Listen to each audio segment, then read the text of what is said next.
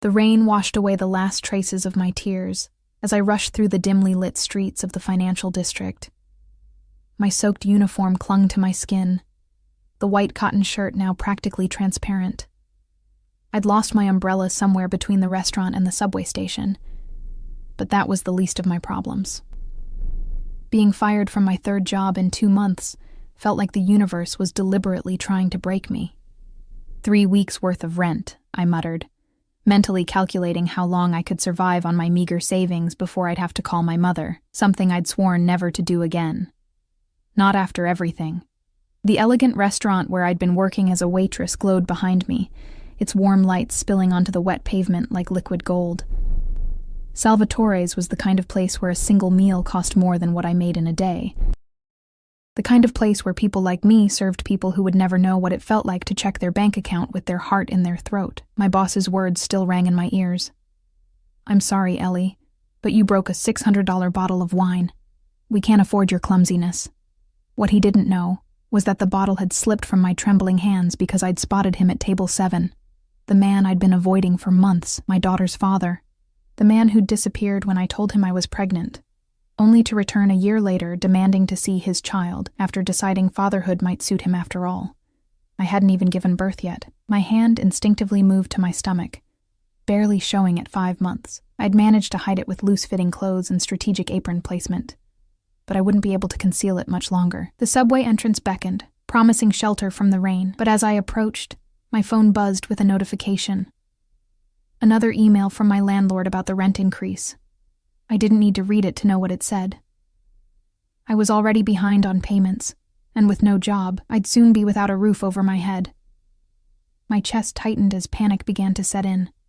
I couldn't bring my baby into a world where I couldn't even provide basic necessities. That's when I felt it. A strange sensation, like someone was watching me. I turned around, scanning the nearly deserted street. Through the curtain of rain, I noticed a sleek black car idling across the road, its windows tinted too dark to see inside. Something about it made the hair on the back of my neck stand up. It had been there when I'd left the restaurant, and it was still there now, engine running, like a predator waiting for the right moment to strike. I hurried down the subway steps, nearly slipping on the wet tiles. The fluorescent lights buzzed overhead, casting a sickly pale glow over everything. I swiped my transit card, one of my last few rides before I'd need to reload it with money I didn't have. The platform was almost empty at this hour. A homeless man dozed on a bench, surrounded by plastic bags of belongings. A young couple stood wrapped in each other's arms near the edge, whispering and giggling. And at the far end, a man in an expensive suit checked his watch, radiating impatience. I kept my head down, avoiding eye contact. In this city, attention was rarely something you wanted. The rumble of the approaching train vibrated through the soles of my worn sneakers. As it screeched to a halt, I waited for the doors to open, desperate to sit down and take the weight off my swollen feet. But just as I stepped forward, my phone slipped from my rain-slick fingers, clattering to the ground. I bent to retrieve it, my heart sinking when I saw the newly formed crack across its screen. Another expense I couldn't afford. As I straightened, something solid bumped into me from behind, sending me stumbling forward. Strong hands gripped my shoulders, steadying me before I could fall. "Careful there," a deep voice murmured close to my ear. The scent hit me first, expensive cologne with notes of cedar and something darker, more primal. It wrapped around me like a physical presence, drowning out the usual subway smells of urine and disinfectant. "I'm sorry," I mumbled automatically, trying to pull away, but the hands on my shoulders lingered a moment longer than necessary before releasing me. No harm done. I glanced up, intending to offer a polite smile before retreating, but the words died in my throat. He was devastatingly handsome in the way that beautiful predators are, all sharp lines and dangerous grace. Dark hair styled with careless precision, a strong jaw shadowed with precisely maintained stubble. But it was his eyes that held me captive. The color of whiskey in firelight, amber flecked with gold, watching me with an intensity that made my skin tingle.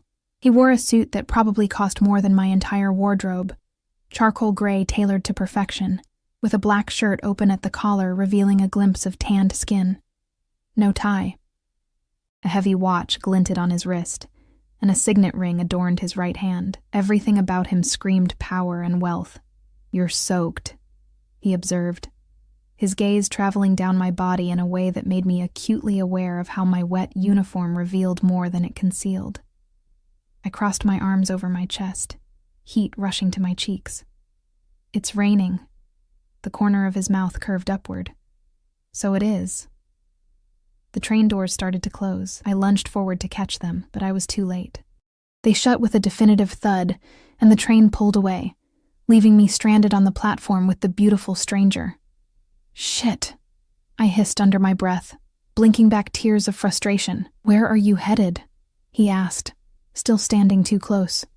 My instincts screamed at me not to answer, not to engage. This wasn't the kind of man who spoke to women like me without an agenda. But exhaustion and desperation clouded my judgment. "Upper East Side," I replied, immediately regretting the admission. The contrast between my appearance and my destination would raise questions I didn't want to answer. His eyebrows rose slightly. "That's quite a commute from Little Italy." So he knew where Salvatore's was located. Had he been there tonight? I didn't remember seeing him, but then again, I'd been too focused on avoiding my ex and balancing trays of overpriced pasta to notice much else. "I go where the work is," I said vaguely. "And what kind of work do you do?" The question seemed innocent enough, but something in his tone made me think he already knew the answer. "I'm a waitress." I paused, then corrected myself. "I was a waitress. I got fired tonight." Why was I telling him this? Something about his steady gaze made me want to confess things I'd never tell a stranger. "That's unfortunate," he said, his expression unreadable. "May I ask why?" I laughed bitterly. I broke an expensive bottle of wine. "Apparently, that's an unforgivable sin when you work at Salvatore's. Salvatore can be unforgiving." He said the name with a familiarity that caught my attention. "You know the owner?" A smile played at his lips. "You could say that." The next train rumbled into the station, and I stepped toward it, eager to escape this unsettling conversation. But as the doors opened, the stranger's hand closed gently around my wrist. "Wait," he said. "I have a proposition for you." Warning bells clanged in my head. I'd heard stories about women who disappeared after accepting propositions from handsome strangers. I tried to pull away, but his grip, while not painful, was unyielding. "I'm not interested," I said firmly, my heart racing. To my surprise, he laughed. A rich, warm sound that echoed in the nearly empty station. "Not that kind of proposition, sweetheart. I'm offering you a job." I stared at him, confusion replacing fear. "A job? You don't even know me." "I know enough." His eyes dropped briefly to my abdomen, and I tensed. Could he tell I was pregnant? I thought I'd hidden it well. "I need an assistant," he continued smoothly. "Someone discreet, someone who won't ask too many questions. The pay is good, very good, and the hours are flexible." The train doors closed again, but I hardly noticed. "What kind of assistant?" "Personal. You'd help manage my schedule, handle some correspondence, run errands." "Nothing illegal, if that's what you're worried about." It was exactly what I was worried about, along with 100 other things. Who offers a job to a stranger in a subway station? What kind of man needs an assistant who won't ask questions? But the words, "very good pay," echoed in my mind, drowning out the warning sirens. "I don't even know your name," I said weakly. He released my wrist and extended his hand. "Dante Russo." The name struck a chord of recognition, but I couldn't place it. I hesitated before placing my much smaller hand in his. "Eleanor Hayes. Everyone calls me Ellie." His hand was warm and calloused in unexpected places, not the soft grip of a man who'd never known physical labor. "Well, Eleanor Hayes, what do you say? Are you interested in hearing more about my offer?" I should have said no. I should have waited for the next train and gone home to my tiny apartment to figure out a more sensible solution to my problems. But sensible solutions seemed in short supply lately. "I'm listening," I said instead. A smile spread across his face, predatory, triumphant, as if he'd known all along what my answer would be. "Good. Let's go somewhere dry to discuss the details." Before I could respond, he placed his hand at the small of my back, guiding me toward the exit. That simple touch sent electricity up my spine. It had been so long since anyone had touched me with such casual confidence. "My car is outside," he said as we climbed the steps back to street level. The rain had stopped, leaving the city glistening under the streetlights. And there, exactly where I'd seen it earlier, was the sleek black car with the tinted windows. I froze. "That's your car?" It was parked outside Salvatore's. Dante's expression revealed nothing. "Was it?" "I have a driver." Perhaps he was waiting for me there. It was a reasonable explanation, but something felt off. Had he followed me? The thought should have terrified me, but instead, it sent a strange thrill through my body. A tall, broad-shouldered man stepped out from the driver's side and opened the rear door. His expressionless face and rigid posture screamed security more than chauffeur. "This is Marco," Dante said casually. "He drives for me." Marco nodded in acknowledgement but said nothing. Dante gestured toward the open door. "After you, Eleanor." Every instinct told me to run, to get as far away from this man as possible. But where would I run to? Back to my apartment that I couldn't afford? To my mother who'd made it clear she wanted nothing to do with me or my poor life choices? I climbed into the car, the leather seats butter-soft against my still damp clothes. The interior smelled of the same cologne Dante wore, mixed with leather, and the faintest hint of gunpowder, a scent I recognized from childhood trips to the shooting range with my father. That last detail should have been the final warning, the push I needed to climb back out and disappear into the night. Instead, I sat silently as Dante slid in beside me, close enough that our thighs almost touched. As Marco pulled away from the curb, Dante's phone rang. He glanced at the screen, his jaw tightening almost imperceptibly before he answered. "Yes?"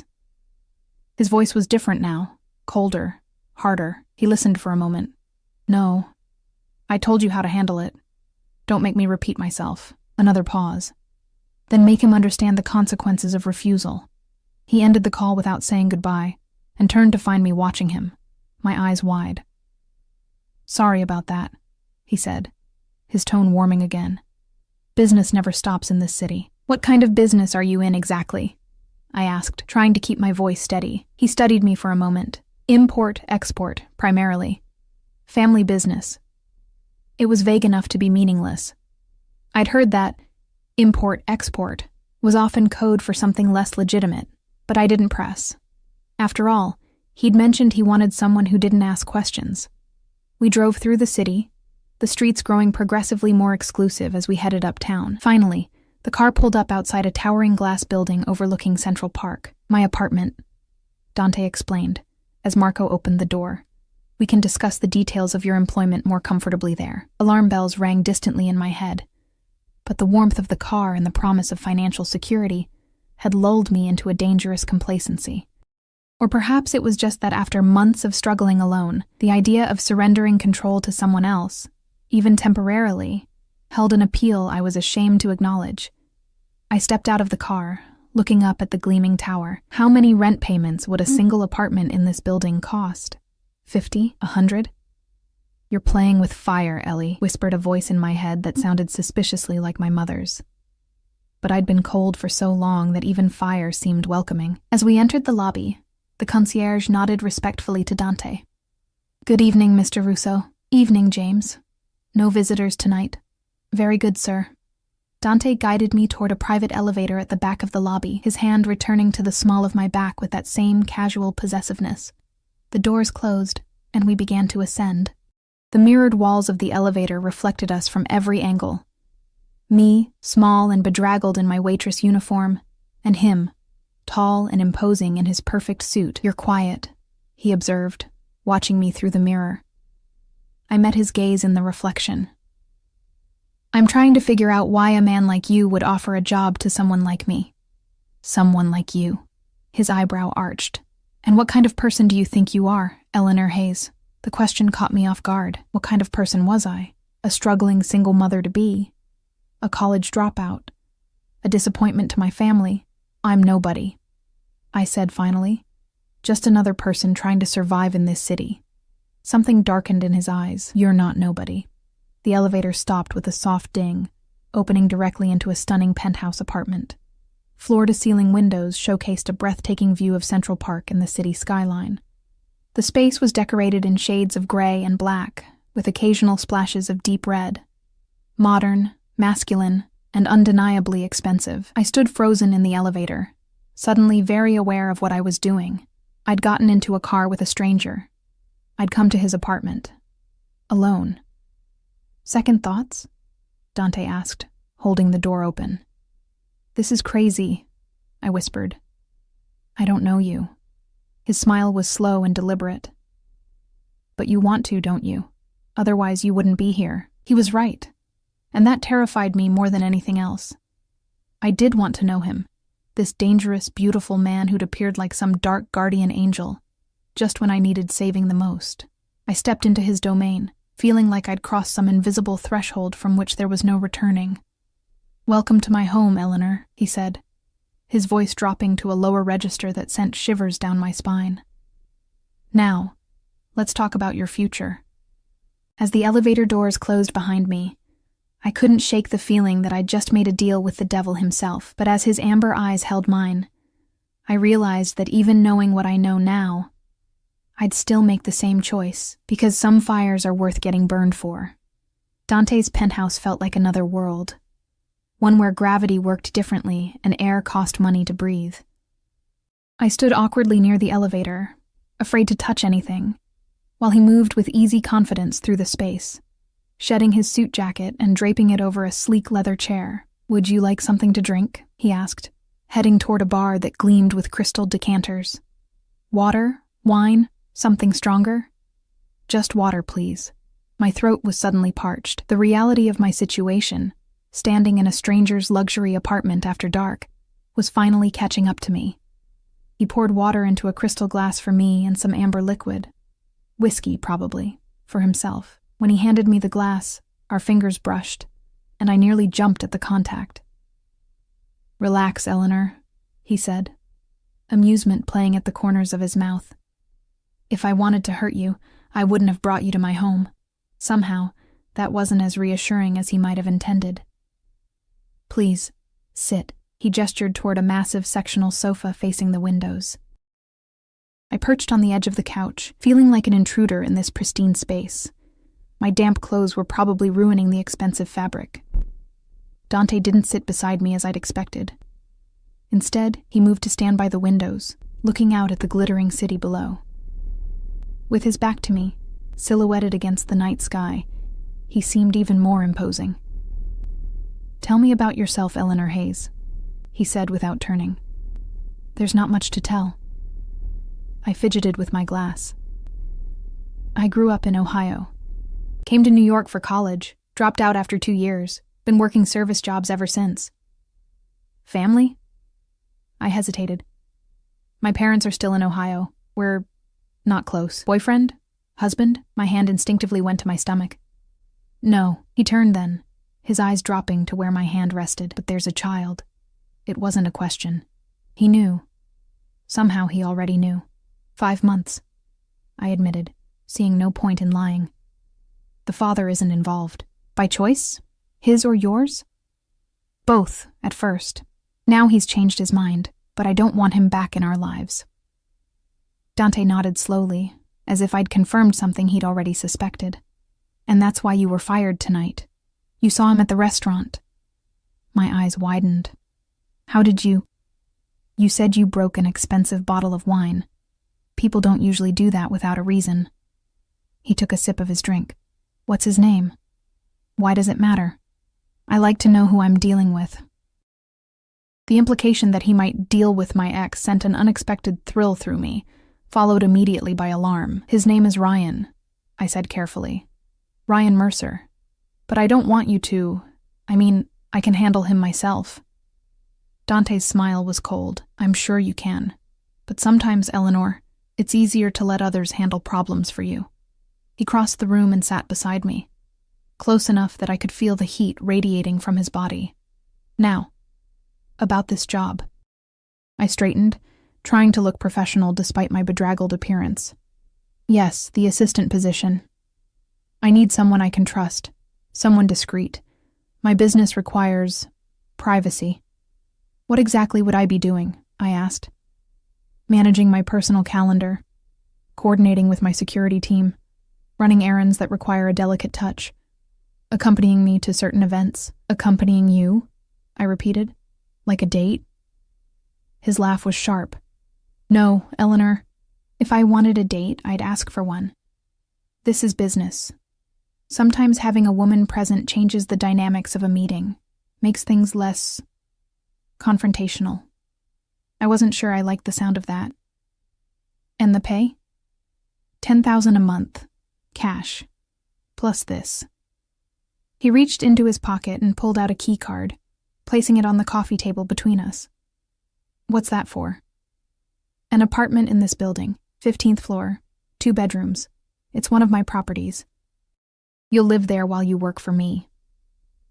I stared at the key card, then at him. That's too much. Is it? His eyes held mine. You need a place to live. I need you available at all hours. It makes sense. My mind raced. $10,000 a month plus an apartment in one of the most exclusive buildings in Manhattan? It was beyond generous. It was suspicious. Why me? I asked bluntly. You could hire anyone. Someone with actual qualifications. Qualifications can be taught. Loyalty is innate. He leaned closer. And I think you're loyal, Eleanor Hayes. You strike me as someone who repays debts. There was something in his tone that made me shiver, though I wasn't cold. You make it sound like I'd be indebted to you. Wouldn't you?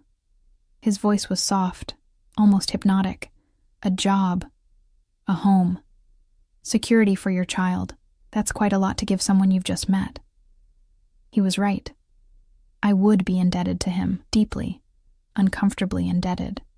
And something told me Dante Russo wasn't a man who forgot what was owed to him. When would I start?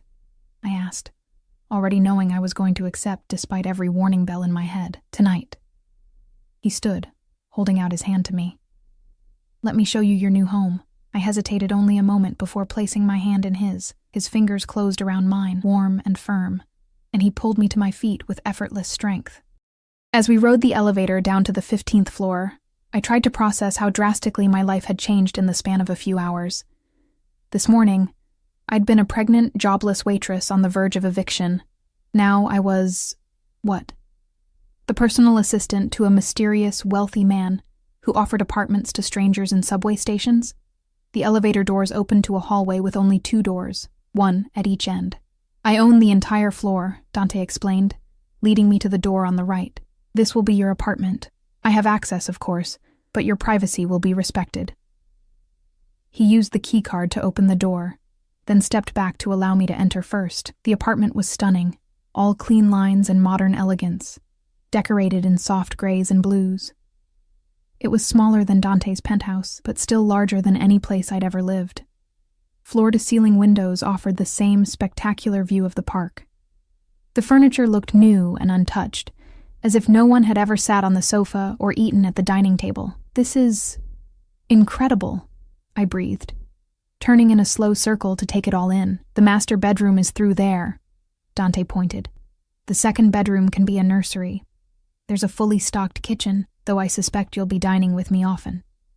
My housekeeper, Mrs. Alvarez, will clean twice a week. I wandered through the apartment in a daze, trailing my fingers over smooth countertops and soft furnishings.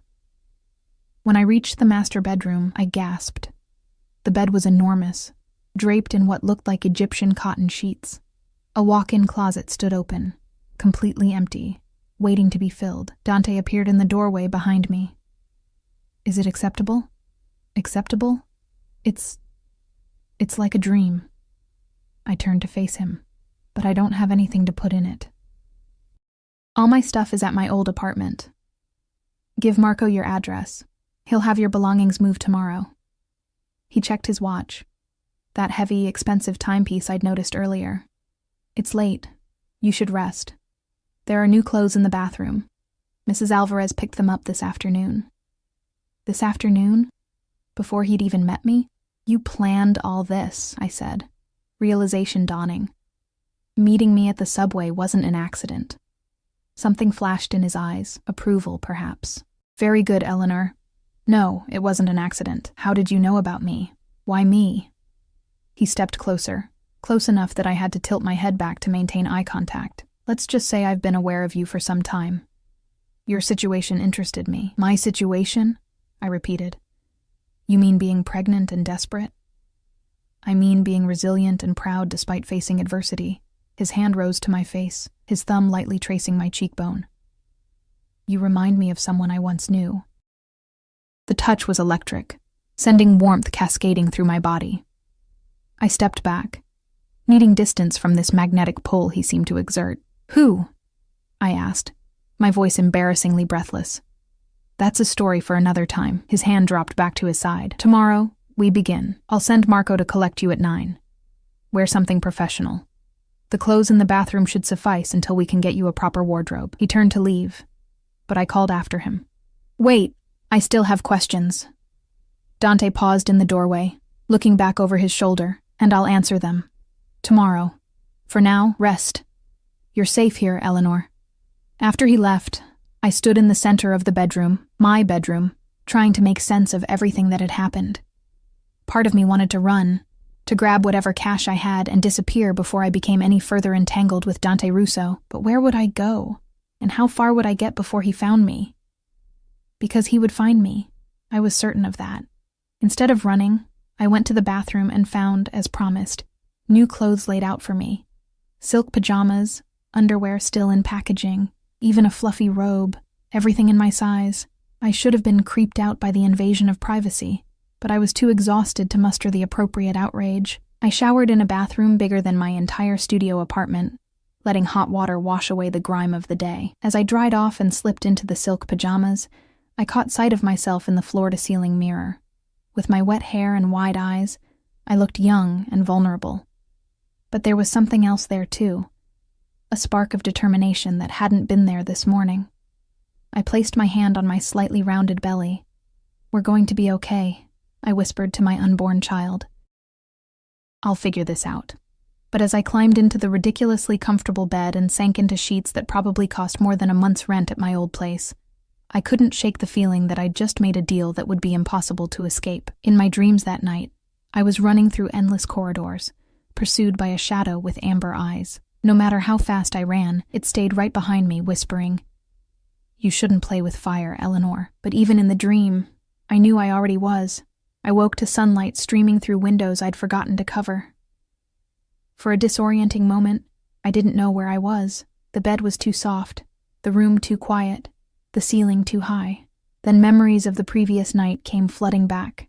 Dante Russo, the job offer, this apartment. I sat up slowly, half expecting to find myself back in my cramped studio, the entire encounter nothing but a desperate dream. But the luxurious bedroom remained solid around me, the sheets whispering against my skin as real as anything I'd ever felt. My phone buzzed on the nightstand, another unfamiliar addition to my morning routine. When I checked it, I found a text from an unknown number. "Good morning, Eleanor. Car will collect you at 8:45 instead of 9 now. Wear the gray dress. D." How did he have my number? I hadn't given it to him. Then again, he seemed to know everything else about me. My size, my situation, even where I'd been working. I should have been terrified by the surveillance implications, but something darker and more complicated stirred inside me instead. There was a strange comfort in being seen so completely after months of feeling invisible. In the closet, I found the gray dress he'd mentioned hanging in otherwise empty space. It was simple, but elegant. The kind of thing worn by women who attended charity galas and board meetings, not former waitresses from Ohio. Beside it hung a pair of black heels that looked both expensive and uncomfortable.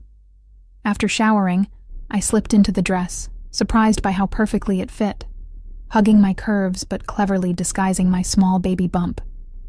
The reflection in the mirror showed someone I barely recognized, a polished, professional woman ready to take on Manhattan. "Not bad for someone who got fired yesterday," I murmured to my reflection. At precisely 8:45, my phone buzzed again, waiting downstairs. Marco.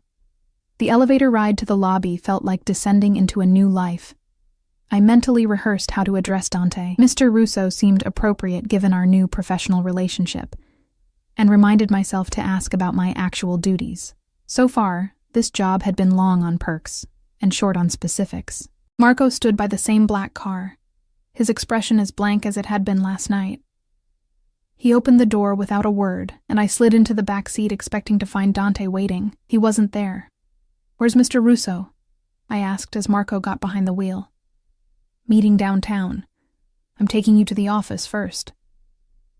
I didn't know Dante had an office. Then again, there was a lot I didn't know about my new employer. We drove in silence, weaving through morning traffic with the practiced ease of someone who'd done this route countless times. I watched the city transform around us, from the manicured elegance of the Upper East Side to the towering glass canyons of Midtown, and finally into the more historic architecture of the financial district. The car pulled up outside an understated building with no company name displayed.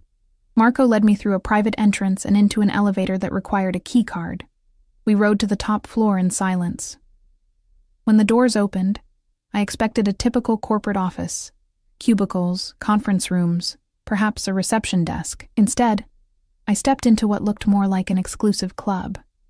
Dark wood paneling, leather furniture, and subtle lighting created an atmosphere of masculine luxury. A few well-dressed men sat in conversation, falling silent as Marco led me through. Their eyes followed me, assessing, curious, and in some cases openly appreciative. I straightened my spine and lifted my chin, refusing to be intimidated. Marco stopped before an ornate wooden door and knocked once before opening it. "Ms. Hayes is here, sir." Dante sat behind a massive desk, phone to his ear, looking every bit the powerful executive in a charcoal suit and blood-red tie. He motioned for me to enter but continued his conversation. "I don't care what he thinks he's entitled to," he was saying, his voice hard as stone. "The terms were clear. If he can't honor them, then perhaps he needs a reminder of who he's dealing with." I stood awkwardly by the door, unsure where to look or what to do with my hands. The office was impeccably decorated, more art gallery than workplace, with what looked like original paintings on the walls and sculptures displayed in glass cases. "Have Vito pay him a visit," Dante continued. "Nothing dramatic, just enough to refresh his memory." He ended the call and finally looked up at me, his expression softening fractionally. "Eleanor, right on time." He gestured to a chair across from his desk. "Sit. We have a lot to cover." I sat, smoothing the gray dress over my knees. "Good morning, Mr. Russo." His mouth quirked in amusement. "Mr. Russo? Last night it was Dante. Last night I wasn't officially your employee." "Fair enough." He leaned back, studying me. "The dress suits you." "Thank you." I folded my hands in my lap to keep them from fidgeting. "I'm ready to learn about my duties." "Straight to business. I like that." He pushed a sleek laptop across the desk toward me. "This is yours. Everything you need to know about the day-to-day operations is on there. Calendar, contacts, security protocols." I opened the laptop, finding it already powered on and unlocked. The screen showed a meticulously organized calendar, filled with appointments and meetings. "You'll be responsible for managing my schedule, both business and personal, making reservations, coordinating with my security team, handling correspondence." He paused. "And occasionally attending meetings with me, as we discussed." I nodded, scrolling through the calendar. Most entries were vague: meeting with V, dinner at S, warehouse inspection, nothing that gave away the nature of Dante's business. "What exactly is it that you do, Mr. Russo?" I asked, looking up from the screen.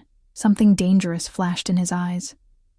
"I thought we established that you wouldn't ask too many questions." "I'm not asking about specific operations. I just want to know what kind of business I'm supporting." He studied me for a long moment. "Import-export, as I mentioned. Luxury goods primarily. Wine, art, specialty foods. My family has been in the business for generations." It sounded legitimate enough, but the way he said it, carefully controlled, revealing nothing, made me suspect there was more to it. "And these men outside?" I gestured toward the door. "Are they all part of your import-export business?" "They're associates. Some family, some not." He leaned forward. "You'll meet them all eventually. For now, just remember that they report to me, not the other way around." Before I could ask another question, the door opened without a knock. A tall, strikingly handsome man with the same amber eyes as Dante strode in, coming to an abrupt halt when he saw me. "Sorry, brother." Didn't realize you had company. His gaze traveled over me with undisguised interest. Very pretty company. Dante's expression hardened. Eleanor, this is my brother Lorenzo. Lorenzo, this is my new personal assistant, Ms. Hayes. Lorenzo's eyebrows shot up. Personal assistant? Is that what we're calling it now? Heat rushed to my face as I understood the implication. It's a pleasure to meet you, Mr. Russo, I said stiffly, extending my hand. He took it, his thumb brushing over my knuckles in a way that was definitely not professional. The pleasure is entirely mine, Ms. Hayes. That's enough, Lorenzo. Dante's voice cut like a blade. What do you need? Lorenzo released my hand reluctantly.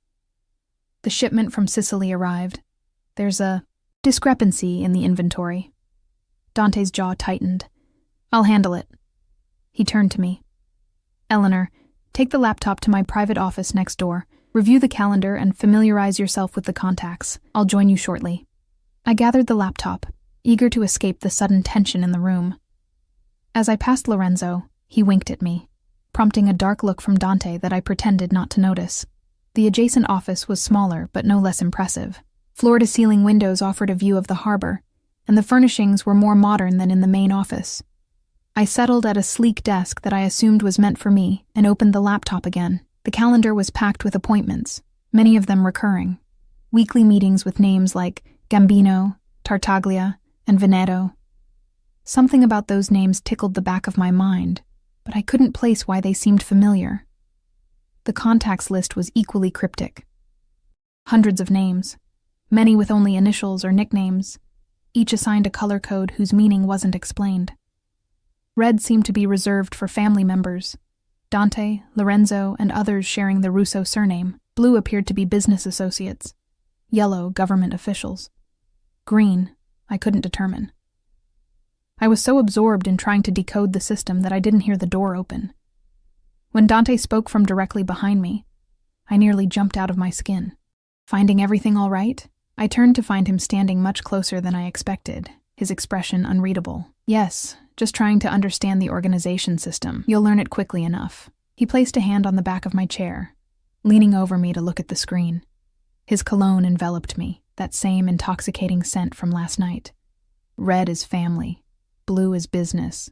Yellow is friends in useful positions. Green is potential problems. Problems? Competitors. Former associates who've become unreliable. His eyes met mine. People who might try to use you to get to me.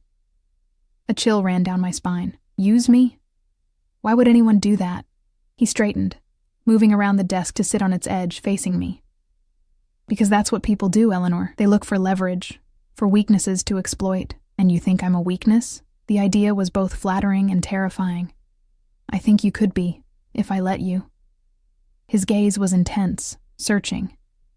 Are you having second thoughts? I should have been. Any rational person would be running for the door by now. But instead, I shook my head. No, I made a commitment. Something like approval flickered across his face. Good. Now, there's something important we need to discuss. He reached into his jacket pocket and withdrew a small velvet box. Your cover story. Cover story? I repeated, eyeing the box warily.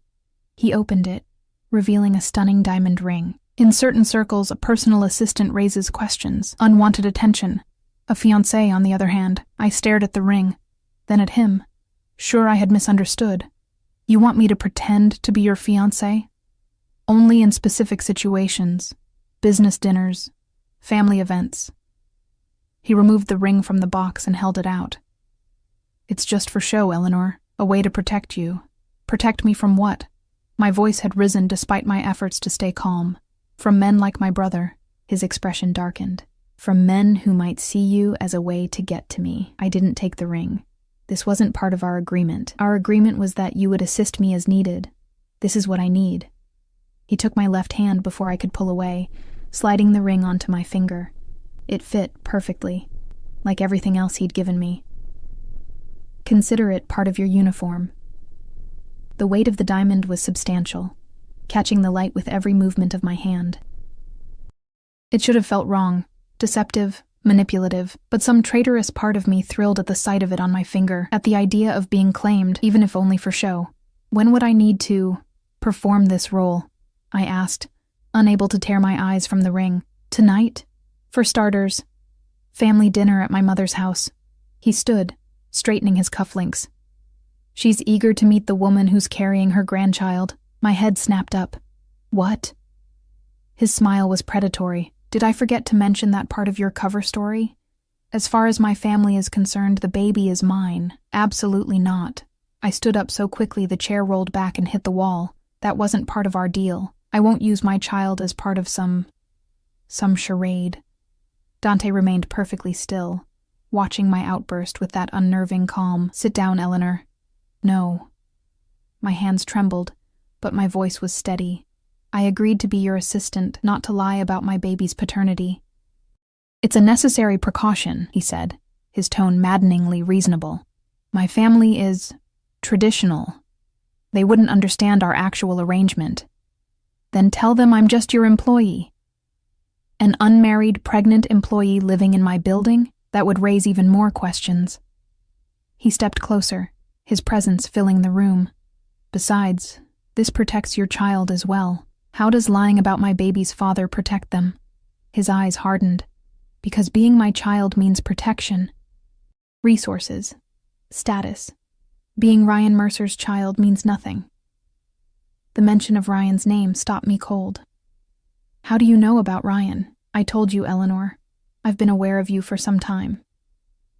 He reached out, his fingers brushing my cheek in that proprietary way that was becoming disturbingly familiar. Ryan Mercer is a small-time drug dealer with gambling debts and a temper. Not father material. Ice flooded my veins. How do you know all this? I make it my business to know things. Especially about people who interest me. His thumb traced my lower lip, and to my shame, I didn't pull away. Ryan's been trying to find you. Did you know that? He's been asking questions, threatening your former co-workers. Fear gripped my heart. I'd changed my phone number, moved apartments twice, all to stay ahead of Ryan's increasingly desperate attempts to reconnect. If Dante knew this much, was it possible Ryan would find me too? What does he want? I whispered. He claims he wants to be a father to his child. Dante's expression darkened, but his sudden interest coincided with learning your grandmother left you a small inheritance. He thinks there's money he can access through you and the baby. My grandmother had indeed left me some money. Not a fortune, but enough to help with the baby and maybe finish my degree someday. I hadn't touched it yet, saving it for emergencies. How could he possibly know about that? I never told him. People talk, and money has a way of attracting attention. Dante's hand dropped from my face.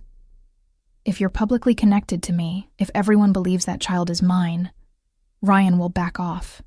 He won't dare cross me. The implication hung in the air between us.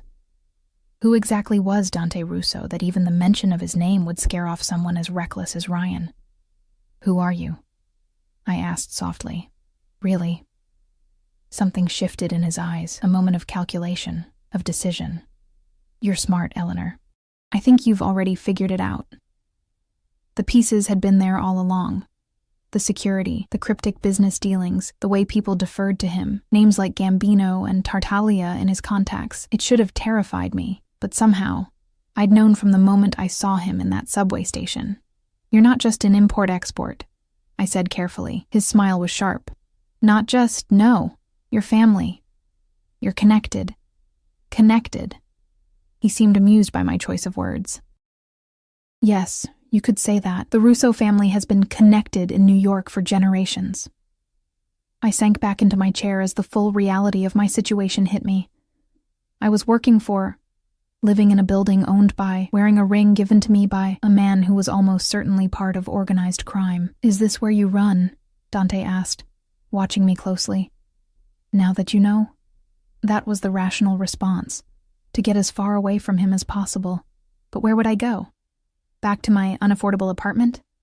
Back to dodging Ryan and creditors? Back to struggling alone? No, I said finally, surprising us both. I'm not running. Relief flickered across his face, so brief I almost missed it. Good. Then we understand each other. I looked down at the diamond ring glittering on my finger. I'll play along with this. Engagement. But I need some ground rules. I'm listening. First, this is temporary. When the baby is born, we break up, and I go back to being just your assistant. He nodded slowly. Acceptable, though we'll need a believable reason for the separation. Second, I won't lie to my child. When they're old enough to understand, I'll tell them the truth about their father. And what truth is that? His voice was dangerously soft. I met his gaze squarely. That Ryan Mercer is their biological father, but that he wasn't ready to be a parent. Dante considered this for a long moment. Agreed, when the time comes. Anything else? I swallowed hard before voicing my final condition. This stays professional between us. No expectations beyond what we've discussed. Something dark and hungry flashed in his eyes. Are you saying you don't find me attractive, Eleanor? Heat rushed to my face. That's not relevant to our arrangement. Oh, I think it's very relevant.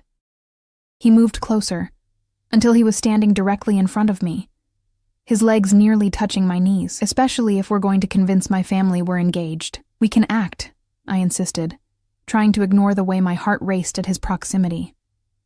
Can we? My mother is very perceptive. She'd notice if her future daughter-in-law flinched every time her son touched her. He reached down, taking my hand and pulling me to my feet, so we were standing chest to chest. We should practice. For authenticity. Before I could protest, his arm slid around my waist, pulling me against him. His other hand cupped my face, tilting it up toward his. For one breathless moment, I thought he was going to kiss me, and God help me, I wanted him to. Instead, he leaned down and whispered against my ear, "Remember, Eleanor, this is just business." He released me and stepped back, leaving me flushed and unsteady. The car will pick you up at 7. Wear the black dress in your closet. My mother appreciates punctuality. With that, he strode from the office, leaving me to collapse back into my chair on shaking legs. I spent the rest of the day trying to focus on learning Dante's schedule and systems, but my mind kept returning to that moment. His arm around my waist, his breath against my ear, the heat of his body pressed to mine. It had been a demonstration, a power play, nothing more. Yet I couldn't shake the feeling that something fundamental had shifted between us. At precisely 6 o'clock, my phone buzzed with a text. "Return to your apartment to prepare for dinner. The dress is laid out. D." Sure enough, when I arrived back at my apartment, it was still strange to think of the luxurious space as mine. A black cocktail dress was hanging on the bedroom door. It was elegant but understated. Exactly the sort of thing a well-bred fiancé might wear to a family dinner. As I showered and dressed, I tried to prepare myself for the evening ahead. What kind of woman was Dante's mother? What would she expect from the woman supposedly carrying her grandchild? And how would I explain my obvious lack of knowledge about her son? The dress fit perfectly, of course. It skimmed over my curves and small bump without emphasizing or hiding my pregnancy. When paired with the modest heels and diamond ring, I looked like I belonged in Dante's world. Or at least like I could convincingly fake it for an evening. My phone buzzed again at 6:55. Waiting downstairs. Not Marco this time, Dante himself.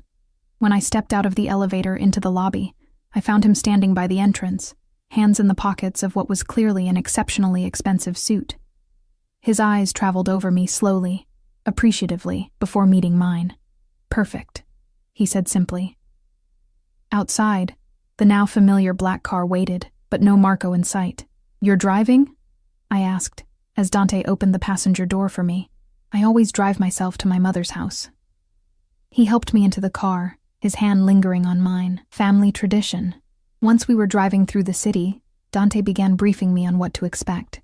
"My mother's name is Sophia. She lives in the family home in Westchester. It was my father's before he passed 10 years ago." "I'm sorry," I said automatically.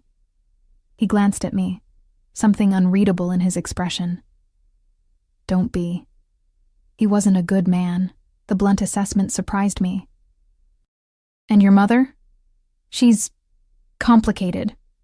Traditional in some ways, surprisingly modern in others. She'll be polite to you, but reserve judgment until she decides if you're good enough for her son." "How did we meet?"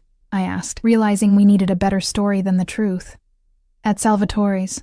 I saw you serving tables and was immediately taken with you. His mouth quirked. That part's true enough. And our whirlwind romance, the quick engagement? We've been dating secretly for 6 months. The engagement happened when we found out about the baby. He reached over, his hand settling possessively on my knee. A surprise but happy accident. I tried not to react to his touch. Who else will be there tonight? Lorenzo, unfortunately. My younger sister Valentina, possibly my uncle Giorgio and his wife. His expression hardened slightly. Giorgio is my father's brother. He helps run certain aspects of the family business. Do they all know about me? The baby? They know I'm bringing my pregnant fiancé to meet the family. Details beyond that are none of their business. As we drove through the gates of what could only be described as an estate, my anxiety peaked. The house, mansion really, was an imposing stone structure set against manicured grounds illuminated by subtle landscape lighting. "Dante," I said, my voice tight with panic. "I don't think I can do this." He pulled the car to a stop in the circular driveway and turned to face me. "Yes, you can. You're stronger than you think, Eleanor." His hand moved from my knee to cup my cheek. "Just follow my lead, and remember what this means for you and your child. Protection, security, a future." I leaned into his touch despite myself. "What if they don't believe we're really engaged? Then I'll make them believe it." His thumb brushed my lower lip. "Do you trust me?" The strange thing was, I did. At least in this. "Yes." Without warning, he leaned forward and kissed me. Not the gentle, testing kiss I might have expected, but something deeper, more possessive. His hand slid to the back of my neck, holding me in place as his mouth claimed mine. I should have pulled away, should have reminded him of our agreement. Professional only. Instead, I found myself responding, my lips parting under his, my hand clutching his arm for support. When he finally broke the kiss, we were both breathing hard. "There," he said, his voice rough. "Now you look like a woman who's been thoroughly kissed by her fiancé." Before I could respond, the front door of the house opened, light spilling out onto the driveway. A silhouette appeared, tall, elegant, unmistakably female. "That's my mother," Dante said, straightening his tie. "Remember, from now on, that baby is a Russo, and you belong to me." As he helped me from the car, I couldn't shake the feeling that I was crossing a threshold from which there would be no return. Playing with fire, indeed. Sofia Russo was nothing like I'd imagined. I'd expected an aging matriarch draped in black, perhaps with a heavy Italian accent. Instead, the woman who greeted us in the grand foyer was elegant, stylish, and remarkably youthful for someone who must have been in her 60s. "Dante, darling," she said, embracing her son with genuine warmth before turning her sharp gaze on me. "And this must be Eleanor." "Mother, this is my fiancée, Eleanor Hayes," Dante said, his arm sliding possessively around my waist. I extended my hand. "It's a pleasure to meet you, Mrs. Russo." Instead of taking my hand, she pulled me into a surprisingly strong embrace. "We're family now. Call me Sophia." She pulled back, her eyes, the same amber as Dante's, assessing me openly. "Let me look at you."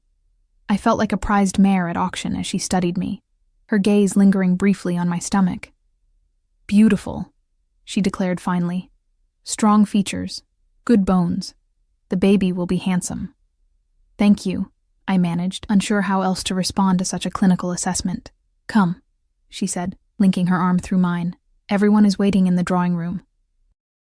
As she led me through the mansion, I tried not to gawk at the obvious wealth on display. Priceless artwork, antique furniture, crystal chandeliers.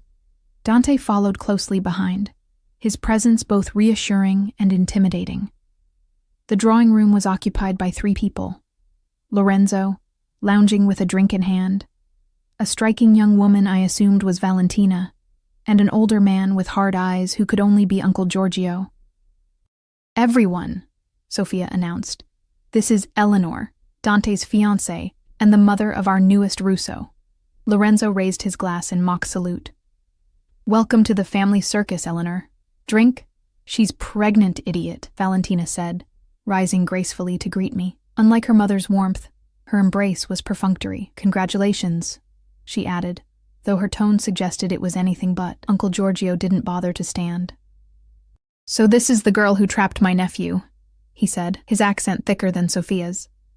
"Pretty enough, I suppose." "Giorgio," Sophia warned. "Mind your manners." Dante's arm tightened around me. Eleanor didn't trap anyone. The baby was a mutual surprise, but a welcome one. The tension in the room was thick enough to cut with a knife. I could feel Valentina's resentment, Giorgio's suspicion, and Lorenzo's amusement, all directed at me. Sophia, apparently oblivious to the undercurrents, guided me to a sofa. "Sit, dear. You must be tired. Pregnancy is exhausting. I remember it well. 3 children nearly killed me." She shot a pointed look at Lorenzo. "Especially that one. Breech birth. 36 hours of labor. Always glad to make an entrance," Lorenzo quipped, refilling his glass. Dinner was served in a formal dining room that could have accommodated 20. I sat at Dante's right hand, with Sophia at the head of the table. The conversation flowed around me, much of it in Italian, which I didn't speak. Whenever I caught Dante's eye, he offered a reassuring smile, his hand occasionally covering mine on the table. "So, Eleanor," Giorgio said during a lull, "Dante tells us you were a waitress. At Salvatore's, was it?" The way he said it made it sound like I'd been working in a brothel. "Yes, that's where we met." "How romantic," Valentina drawled. "My brother, falling for the help." Dante's knuckles whitened around his fork. "Watch yourself, Valentina." "What?" she protested. "I'm only saying what everyone's thinking. She's pregnant with your child after what, 6 months of dating? And suddenly there's a ring on her finger?" "That's enough," Sophia said sharply. "Eleanor is carrying my grandchild. She will be treated with respect." I placed my hand on Dante's arm, feeling the tension in his muscles. "It's all right," I said quietly. "I understand their skepticism." It was a whirlwind romance. "See, even she admits it," Giorgio muttered. "Tell us, Eleanor," Lorenzo interjected, clearly enjoying the drama. "What was it about my brother that swept you off your feet? His charming personality, his winning smile, or perhaps his, substantial assets?" The innuendo wasn't subtle. "Actually," I said, surprising myself with my steady voice, "it was his kindness." The table fell silent, all eyes on me. "Kindness?" Giorgio repeated incredulously. "Yes." I looked directly at Dante, finding strength in his intense gaze. "The night we met, I'd been fired. I was alone, pregnant, scared. Dante could have ignored me or taken advantage. Instead, he offered help with no strings attached. It wasn't entirely untrue. He had offered help when I needed it most, even if his motives weren't as pure as I was suggesting. He made me feel safe for the first time in months." I turned to face the table. "I know how this looks. Poor waitress snags rich businessman. Surprise pregnancy, quick engagement. But I'm not after Dante's money or his name. I just want to give my child the stability I never had growing up." The silence that followed was profound. Even Lorenzo seemed taken aback by my honesty. Sophia was the first to speak. "Well said, my dear." She raised her glass. "To Eleanor, and to my future grandchild. May they both bear the Russo name with pride."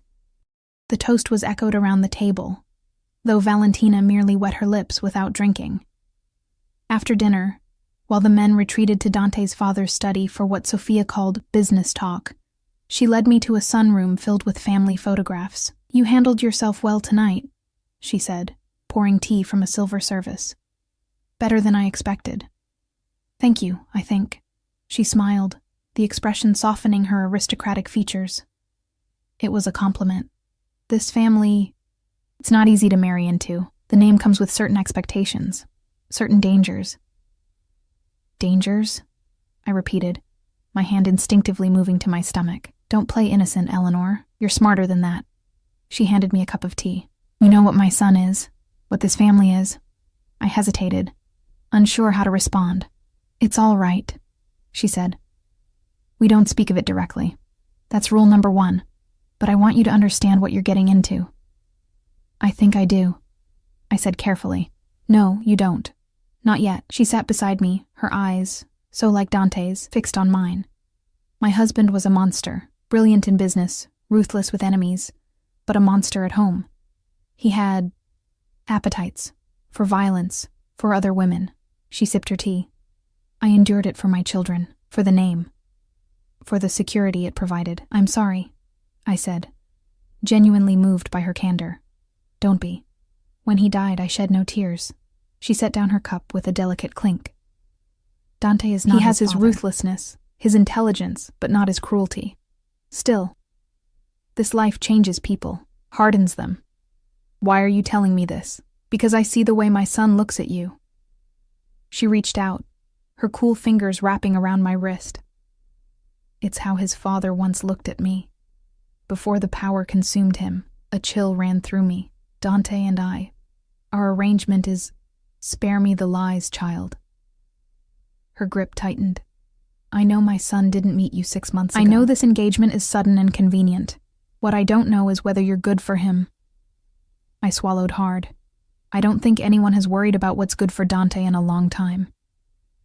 Her eyes widened in surprise, then crinkled with genuine amusement. Perhaps you understand more than I gave you credit for. She released my wrist. My son needs someone who sees him clearly. Not just the power, the name, the money, but the man beneath. I'm trying, I admitted. Good. She stood, smoothing her impeccable dress. Now, one last piece of advice. In this family, appearances matter. If you're going to pretend to be in love with my son, do it convincingly. Before I could respond, the door opened and Dante entered. Everything all right in here? Sophia smiled. Just getting to know your lovely fiancé. She kissed his cheek as she passed. Don't keep her up too late. Pregnant women need their rest. When she was gone, Dante turned to me. What did she say to you? Nothing I couldn't handle. I set down my teacup. Your mother is formidable. She likes you. He seemed surprised. I can tell. Really? How? She didn't threaten to have you investigated. His mouth quirked in what might have been a genuine smile. That's practically a warm welcome in this family. The drive back to Manhattan was quiet, both of us lost in thought.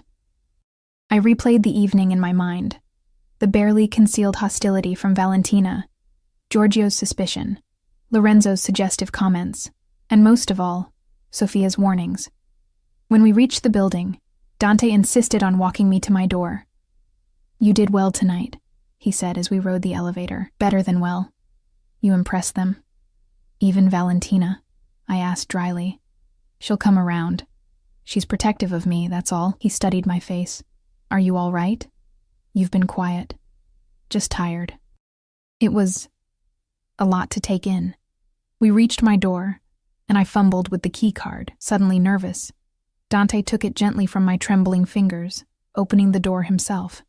Eleanor, he said softly as I stepped inside. Thank you for tonight.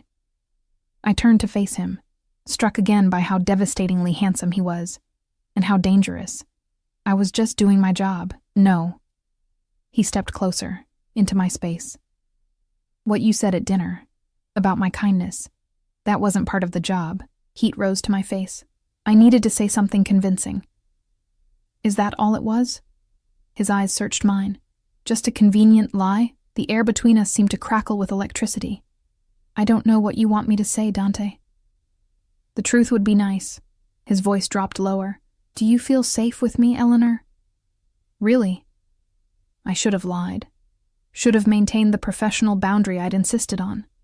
Instead, I found myself admitting, yes, I do. Something shifted in his expression, a vulnerability I hadn't seen before.